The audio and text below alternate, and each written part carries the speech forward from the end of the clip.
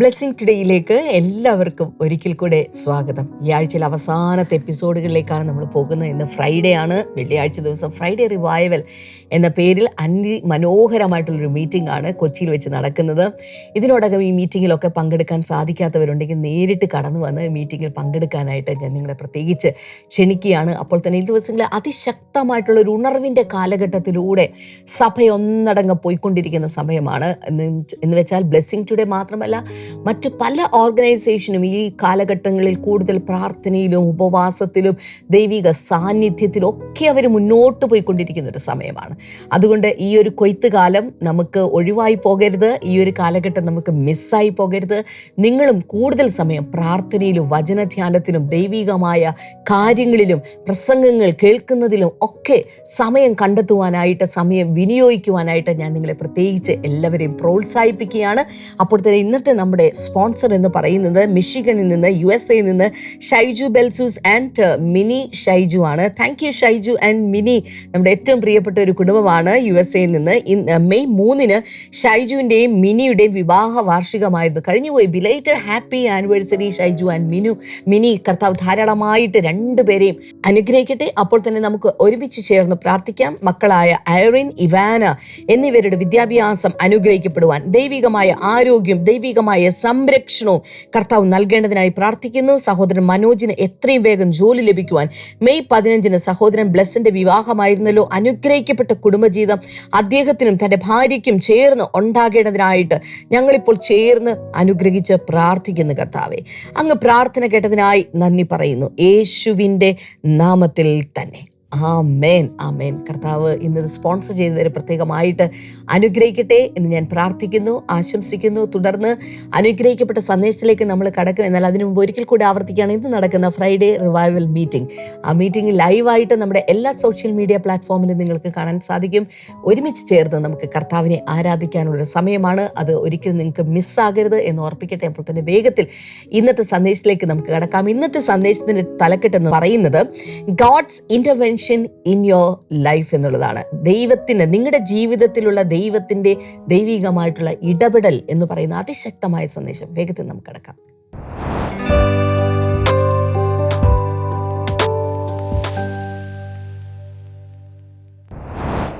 Welcome back. ഇന്ന് നിങ്ങളുടെ ജീവിതത്തിൽ കർത്താവ് സ്പെസിഫിക്കായ ചില കാര്യങ്ങൾ ചെയ്യുമെന്നാണ് എൻ്റെ വിശ്വാസം. കഴിഞ്ഞ ദിവസങ്ങളിൽ ഉന്നതനായ ദൈവം ഏറ്റവും താഴെ കിടക്കുന്നത് എന്ന് വെച്ചാൽ 2 എക്സ്ട്രീമിലാണ്. God is at the highest point and the person is at the lowest point. പക്ഷേ ഈ ഏറ്റവും ഹയസ്റ്റ് പോയിന്റ് ഇരിക്കുന്ന എൽ ഏലിയോൻ, ഉന്നതനായ ദൈവം, ഏറ്റവും താഴെ മണ്ണിലും വെണ്ണീറിലൊക്കെ കിടക്കുന്ന ആളെ വന്ന് പിക്ക് ചെയ്ത് ഉയർത്തി പൊസിഷനിലിരുത്തും. ഇതൊക്കെയാണ് നമ്മൾ കണ്ടുകൊണ്ടിരുന്നത്. This is possible. Hello, this is possible. ഞാൻ വീണ്ടും പറയുന്നു, നിങ്ങളുടെ ജീവിതത്തിൽ കർത്താവ് ഇത് ചെയ്യാൻ ആഗ്രഹിക്കുന്നു. അതിനൊന്ന് സഹകരിക്കാൻ തയ്യാറാണോ? ആദ്യമേ വിശ്വസിക്കണം. എൻ്റെ ജീവിതത്തിൽ വ്യത്യാസം ഉണ്ടാകുമെന്ന് തന്നെ വിശ്വസിക്കണം. വ്യത്യാസം ഉണ്ടായിട്ടല്ല വിശ്വസിക്കേണ്ടത്. ഒരു വ്യത്യാസമില്ലാതെ ഒരുപക്ഷെ ഞാനിത് സംസാരിക്കുമ്പോൾ ഇത് കേൾക്കുന്ന പലരും വീട്ടിൽ നിന്ന് പോലും പുറത്തിറങ്ങാതെ നാണക്കേട് കൊണ്ടോ പ്രശ്നങ്ങൾ കൊണ്ടോ എങ്ങനെ സമൂഹത്തെ അഭിമുഖീകരിക്കും എന്നൊക്കെയുള്ളത് കൊണ്ട് സങ്കോചപ്പെട്ട് അകത്ത് തന്നെ, വീടിൻ്റെ അകത്തളങ്ങളിൽ മാത്രം ഇരിക്കുന്ന വ്യക്തികളൊക്കെ ഉണ്ട്. അങ്ങനെയുള്ളവർക്ക് എല്ലാവർക്കും വേണ്ടിയാണ് ഞാൻ സംസാരിക്കുന്നത്. കർത്താവിന് പലതും വീണ്ടും പണിത് ഉയർത്തി കൊണ്ടുവരാൻ കഴിയും. The first thing that you need is faith in this delivering God.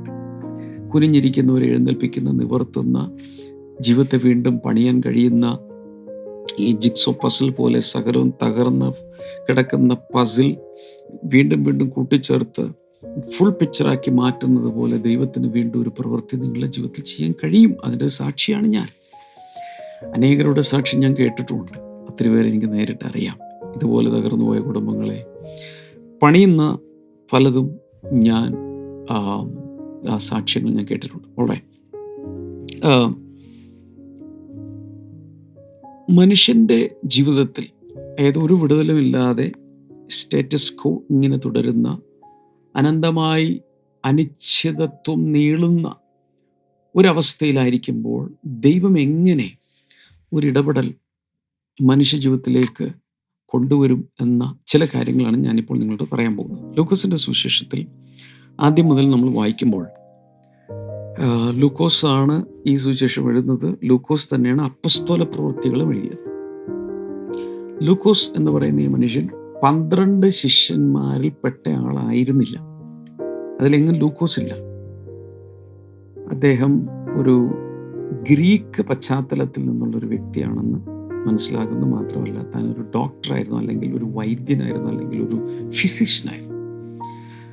അങ്ങനെ നല്ല വിദ്യാഭ്യാസമുള്ള ഒരാളായിരുന്നു. ഞാനിങ്ങനെ ഇവിടെ വിശ്വസിക്കുന്നു, അദ്ദേഹം ഒരു ലിംഗ്വിസ്റ്റായിരുന്നു, അല്ലെങ്കിൽ ഭാഷാ പണ്ഡിതനായിരുന്നു. അങ്ങനെയുള്ളവരെ കർത്താവിന് ആവശ്യമുണ്ട്. ഭാഷ നന്നായിട്ട് അറിയാവുന്നവരെ ആവശ്യമുണ്ട്. ഭാഷ ഒട്ടും അറിയാൻ പാടില്ലാത്തവരെ കർത്താവിന് ആവശ്യമുണ്ട്. That means God can use anybody. God can use anything. ഇത് നമ്മൾ മനസ്സിലാക്കണം. അപ്പോൾ ആദ്യത്തെ വചനങ്ങളിൽ തന്നെ ഈ ലൂക്കോസ് പറഞ്ഞു വരുന്നത്, many have undertaken to draw up an account of the things that have been fulfilled among us. നമ്മുടെ ഇടയിൽ ഈ നാളുകളിൽ നടന്നുകൊണ്ടിരിക്കുന്ന ചില കാര്യങ്ങളെക്കുറിച്ച് ഒരു വിവരണം എഴുതാൻ പലരും മുതിർന്നിട്ടുണ്ട്. ഉദ്ദേശിക്കുന്നത് ഇതാണ്: പലരും യേശുവിൻ്റെ ചരിത്രം, യേശുവിൻ്റെ കാലത്ത് നടന്ന സംഭവ വികാസങ്ങൾ പലരും എഴുതിയിട്ടുണ്ട്. എന്ന് പറഞ്ഞാൽ സുവിശേഷം പലരും എഴുതിയിട്ടുണ്ട്. അഥവാ മത്തായി സുവിശേഷം എഴുതി, മർക്കോസ് സുവിശേഷം എഴുതി, യോഹന്നാൻ സുവിശേഷം എഴുതി. ഇതൊന്നും കൂടാതെ അന്നത്തെ കാലത്ത് പലരും ഈ ചരിത്രമൊന്നും എഴുതാൻ ശ്രമിച്ചിട്ടുണ്ട്.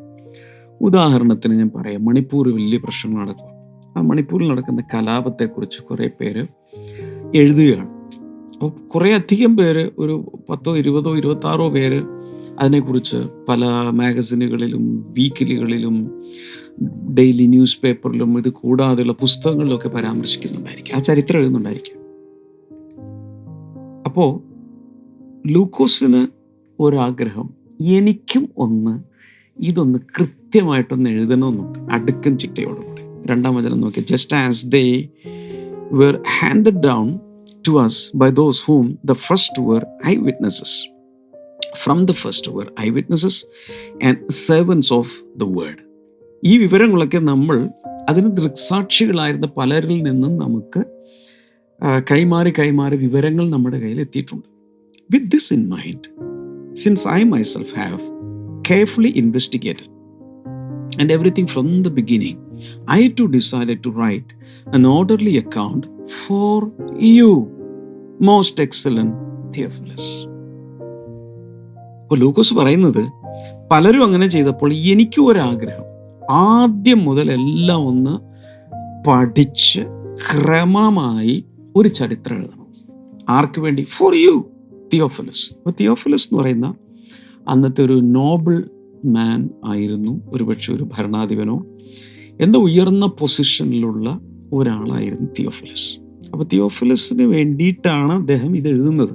അതല്ലാതെ നമ്മളെല്ലാവരും വായിക്കാൻ വേണ്ടി എന്നുള്ള ഉദ്ദേശത്തിലൊന്നും ആയിരിക്കണമെന്നില്ല. അത് അദ്ദേഹം, അതായത് ഒരാളെ, തിയോഫിലസ് എന്ന് പറയുന്ന ഒരാളെ വിശ്വാസത്തിൽ നടത്താൻ വേണ്ടിയിട്ട് എല്ലാം ചോദിച്ച് മനസ്സിലാക്കി അദ്ദേഹം എഴുതണമെന്ന് തീരുമാനിച്ചു. So that you may know the certainty of the things you have been taught.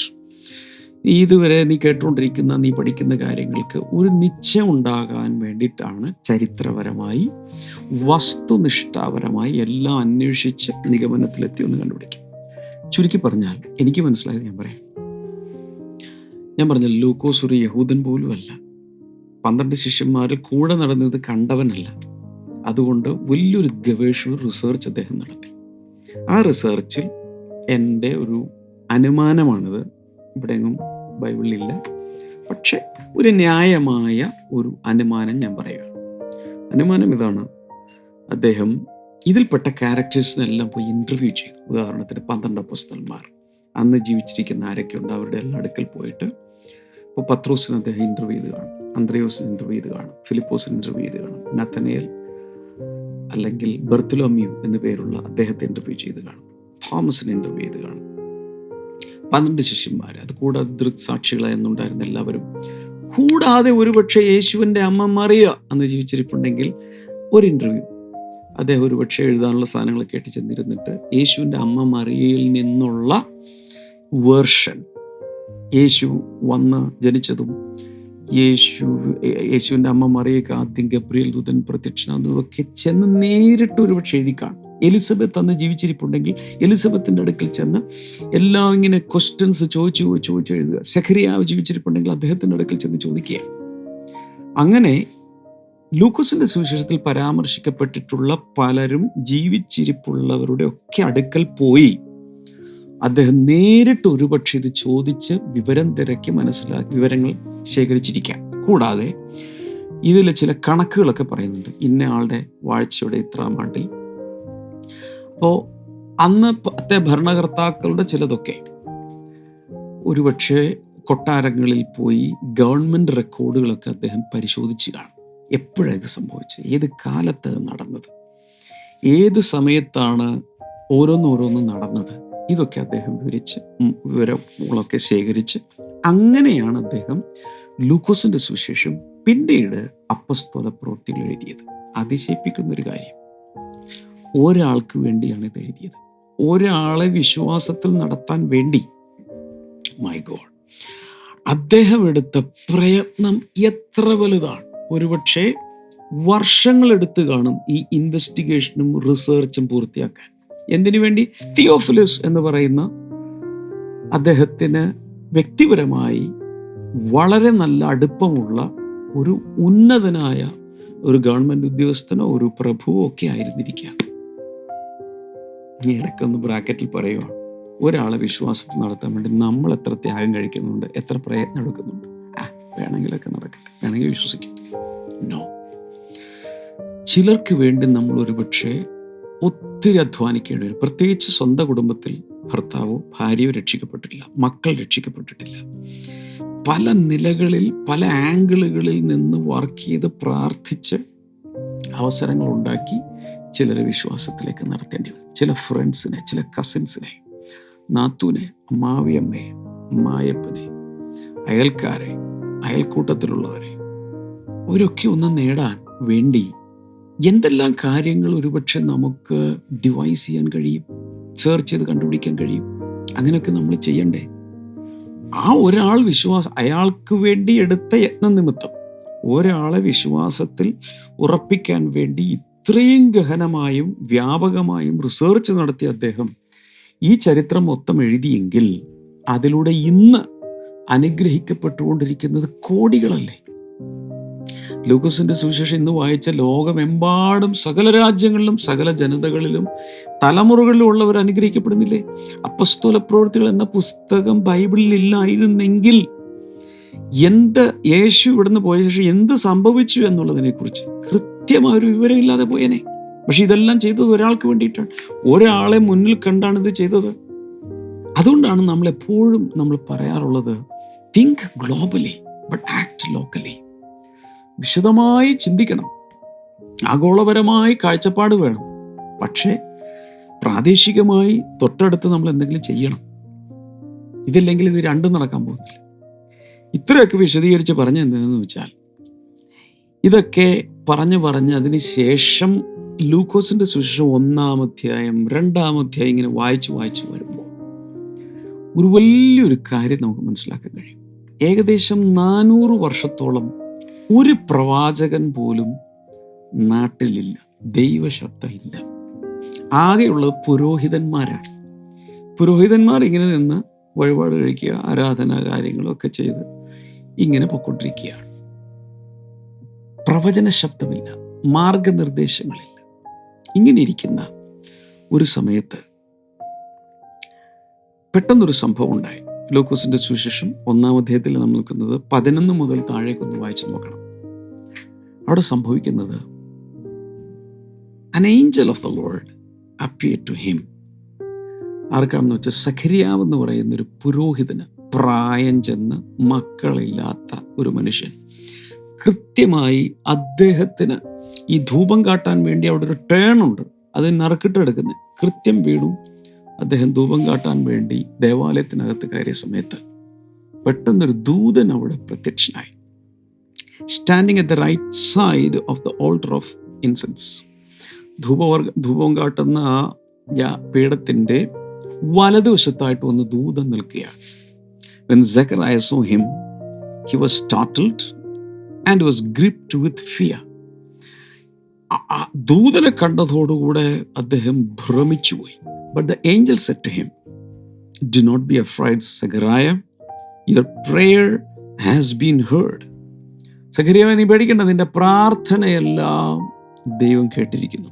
Your wife Elizabeth will bear you a son, and you are to call him John. നിന്റെ ഭാര്യ എലിസബത്ത് ഗർഭിണിയായൊരു പുത്രനെ പ്രസവിക്കും. അവനെ യോഹന്നാൻ എന്ന് പേർ വിളിക്കും.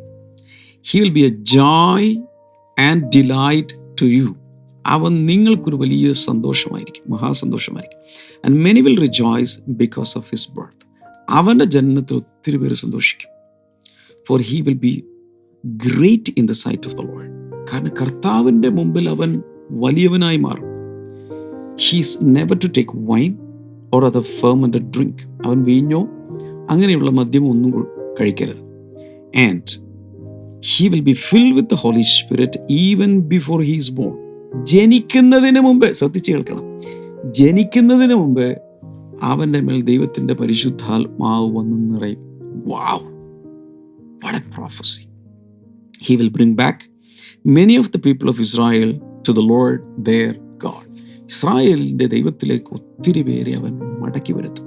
And he will go on before the Lord in the spirit and power of Elijah.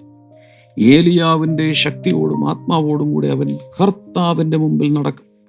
To turn the hearts of the parents to their children and the disobedient to the wisdom of the righteous. പലരെയും അവൻ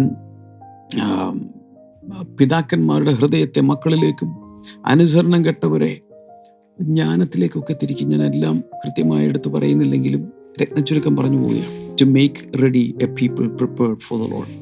കർത്താവിന് വേണ്ടി ഒരു ജനതയെ ഒരുക്കുവാൻ വേണ്ടിയാണ് അവൻ ഇതെല്ലാം ചെയ്യാൻ പോകുന്നത്. ഒരു 10-13 കാര്യങ്ങളാണ് അദ്ദേഹം, അതായത് ഈ ദൂതൻ, ഗബ്രിയേൽ ദൂതൻ സഖറിയാവിനോട് പറയുന്നത്. എന്താ ഞാനിത് പറയുന്നതെന്ന് ചോദിച്ചാൽ, 400ഓളം വർഷം ദൈവപ്രവൃത്തിയില്ല, ദൈവശബ്ദമില്ല, അവസ്ഥകൾക്ക് മാറ്റമില്ലാതെ അനിശ്ചിതാവസ്ഥയിൽ കിടക്കുന്ന മനുഷ്യ ചരിത്രത്തിലേക്ക് ദൈവത്തിൻ്റെ ഒരു കടന്നുകയറ്റമാണ് ഇവിടെ കാണുന്നത്. ഞാനൊരു പ്രവചന സന്ദേശമായി നിങ്ങളെ മുഖത്ത് നോക്കി പറയുകയാണ്. ചില കാര്യങ്ങളിൽ ഒരു മാറ്റമില്ലാതെ ഇങ്ങനെ പോയിക്കൊണ്ടിരിക്കുകയാണ്. പക്ഷെ പെട്ടെന്നായിരിക്കാം ഒരു ദൈവിക ഇടപെടൽ ഉണ്ടാകാൻ പോകുന്നത്. അയ്യോ, ആരോടൊക്കെയോ കർത്താവ് സംസാരിക്കുന്നല്ലോ. അവരവർ ഏറ്റെടുക്കുക, ഇതൊക്കെ എഴുതി വെക്കുക. എന്തോ ചില ഇടപെടലുകൾ, അത് ചരിത്രത്തിന് തന്നെ മാറ്റം വരുത്തുന്നത് പോലെ, എല്ലാത്തിനും ഒരു മാറ്റം വരുന്നത് പോലെ, അതിൽ നിന്നും വരുന്ന ദൈവപ്രവൃത്തിയാൽ അനേകർ സന്തോഷിക്കുന്നത് പോലെ, അനേകർക്കത് വിടുതലായി മാറുന്നത് പോലെ, ദേശങ്ങൾക്കും കുടുംബങ്ങൾക്കും വ്യക്തികൾക്കും ഒക്കെ വലിയ മാറ്റങ്ങൾ ഉണ്ടാകുന്നത് പോലെയുള്ള ചില പ്രവൃത്തികൾ കർത്താവ് ചെയ്യാൻ പോവുകയാണ്. നിങ്ങളോടാണ് ഞാൻ പറയുന്നത്. കർത്താവ് നിങ്ങളെ നോക്കി സംസാരിക്കുകയാണ്. എന്ന് വെച്ചാൽ, you may be wondering why is this going on like this? എന്തൊരു മാറ്റമില്ലാത്ത എന്ന് വിചാരിക്കുമ്പോൾ ദൈവത്തിൻ്റെ ഇടപെടൽ, God's intervention in human affairs. മനുഷ്യൻ്റെ പല കാര്യങ്ങളിലും ദൈവത്തിൻ്റെ ചില ഇടപെടലുകൾ ഉണ്ടാകാൻ പോകുന്നു. അത് ഞാൻ ആവർത്തിച്ച് പറയുകയാണ്. നിങ്ങളുടെ മാനുഷികമായ ദിനചര്യയിൽ റൂട്ടീനലായി ചെയ്യുന്ന കാര്യങ്ങളിലേക്ക് ദൈവത്തിൻ്റെ ചില ഇടപെടലുകൾ ഉണ്ടാകാൻ പോവുകയാണ്. ചിലരെല്ലാ ദിവസവും മോർണിംഗ് ഗ്ലോറി കേൾക്കുന്ന പോലെ ഇത് വിടാനാണ് വിചാരിക്കുക. അങ്ങനെയല്ല കുഞ്ഞെ. കർത്താവിൻ്റെ ചില ഇടപെടലുകൾ നിങ്ങളുടെ ജീവിതത്തിൽ ഉണ്ടാകാൻ പോകുക. ഒരിക്കലും ഒരുപക്ഷെ സഖറിയാവ് ഇത് ചിന്തിച്ചിട്ടില്ല. പക്ഷെ സഖറിയാവ് ഒരു പ്രാർത്ഥനാ മനുഷ്യനായിരുന്നു. അവൻ നീതിമാനായിരുന്നു, നല്ലവനായിരുന്നു, ഭക്തനായിരുന്നു. അനേക വർഷങ്ങൾ തൻ്റെ ജീവിതത്തിലും വലിയൊരു ചോദ്യചിഹ്നമാണ്.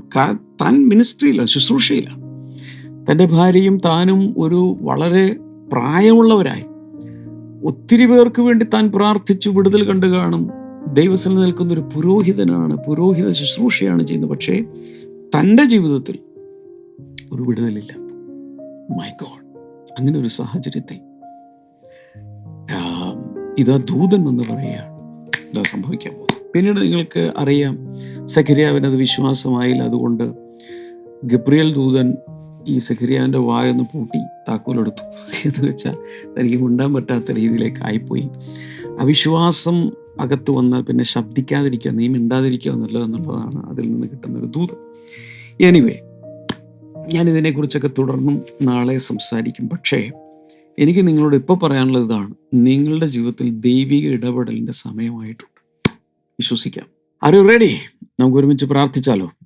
കൈയൊന്ന് നീട്ടിപ്പിടിക്കുക. കർത്താവേ, എല്ലാ ദിവസവും ഞങ്ങൾ ചെയ്യുന്ന പോലെ ഇന്നും ചെയ്യുന്നു, പ്രാർത്ഥിക്കുന്നു. ചിലരുടെ പഠനം മുടങ്ങിക്കിടക്കുന്നു, ചിലരുടെ ജോലി മുടങ്ങിക്കിടക്കുന്നു, ബിസിനസ് മുടങ്ങിക്കിടക്കുന്നു, പലതും മുടങ്ങിക്കിടക്കുന്ന പലതും വീണ്ടും ഒരു കുതിപ്പ് പോലെ വന്ന് മുന്നോട്ട് പോകുന്നതായിട്ട് എൻ്റെ ഉള്ളിൽ വരികയാണ്. ഞാനത് നിങ്ങളോട് തുറന്നു പറയുകയാണ്. അത് സംഭവിക്കാൻ സാധ്യതയുണ്ട്, വിശ്വസിക്കുക. അതുപോലെ ചർമ്മരോഗങ്ങൾ, സ്കിന്നിലുള്ള ഡിസീസുകൾ യേശുവിൻ്റെ നാമത്തിൽ മാറട്ടെ. പ്രത്യേകിച്ച് സ്കിന്നിൻ്റെ കളർ പോലും മാറി ഇങ്ങനെ കറുത്ത ഒരു ഡാർക്ക് സ്കിന്നായിട്ട് മാറിക്കിടക്കുന്ന ഒരു പ്രത്യേക അവസ്ഥ യേശുവിൻ്റെ നാമത്തിൽ അത് സൗഖ്യമാകട്ടെ. ശരീരത്തിൽ പല സ്ഥലങ്ങളിൽ നീർവീക്കം, എഡിമ, ദെൻ സ്വെല്ലിംഗ് യേശുവിൻ്റെ നാമത്തിൽ സൗഖ്യമാകട്ടെ. അതുപോലെ തന്നെ അകത്ത് ആന്തരാവയവങ്ങളിലും ഇതുപോലെ ഒരു ഒരു ഒരു അവസ്ഥയുണ്ട്. എന്താണ്? നീർക്കെട്ടൊക്കെ ഉള്ളത് യേശുവിൻ്റെ നാമത്തിൽ സൗഖ്യമാകട്ടെ. Thank you Jesus. അതുപോലെ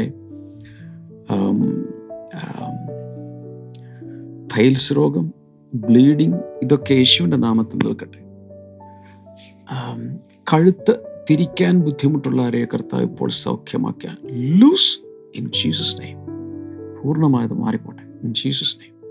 തോളിൽ ഈ തോളിൻ്റെ എല്ലിൻ്റെ ഇവിടെ ഇങ്ങനെ സ്റ്റിഫായിരിക്കുന്ന കൈ ചലിപ്പിക്കാൻ ഉയർത്താനും പറ്റാത്തത് യേശുവിൻ്റെ നാമത്തിൽ സൗഖ്യമാകട്ടെ. കിടന്ന കിടപ്പിൽ കിടന്നുകൊണ്ട് ചിലർ ഇത് വാച്ച് ചെയ്യുന്നുണ്ട്. നിങ്ങളെ കർത്താവ് സൗഖ്യമാക്കിയാണ്. യേശു കർത്താവിൻ്റെ വിരലിൽ കയ്യിൽ കയറി പിടിച്ചിട്ട് എഴുന്നേൽക്കുക യേശുവിൻ നാമത്തിൽ. അപൂർവമായ രോഗങ്ങൾ, ക്യാൻസർ പോലെയുള്ള രോഗങ്ങളൊക്കെ സൗഖ്യമാകട്ടെ. കുഞ്ഞുങ്ങളില്ലാത്തവർ കുഞ്ഞുങ്ങളുണ്ടാകട്ടെ യേശുവിൻ നാമത്തിൽ. ആമേൻ. ഇന്നത്തെ ബ്ലെസ്സിംഗ് ടുഡേ വാച്ച് ചെയ്തതിന് പ്രത്യേകിച്ച് നന്ദി പറയുന്നു. ബ്ലെസ്സിംഗ് ടുഡേ ഒരു പാർട്ട്ണറായി മാറാൻ ഞാൻ നിങ്ങളെ ക്ഷണിക്കുകയാണ്.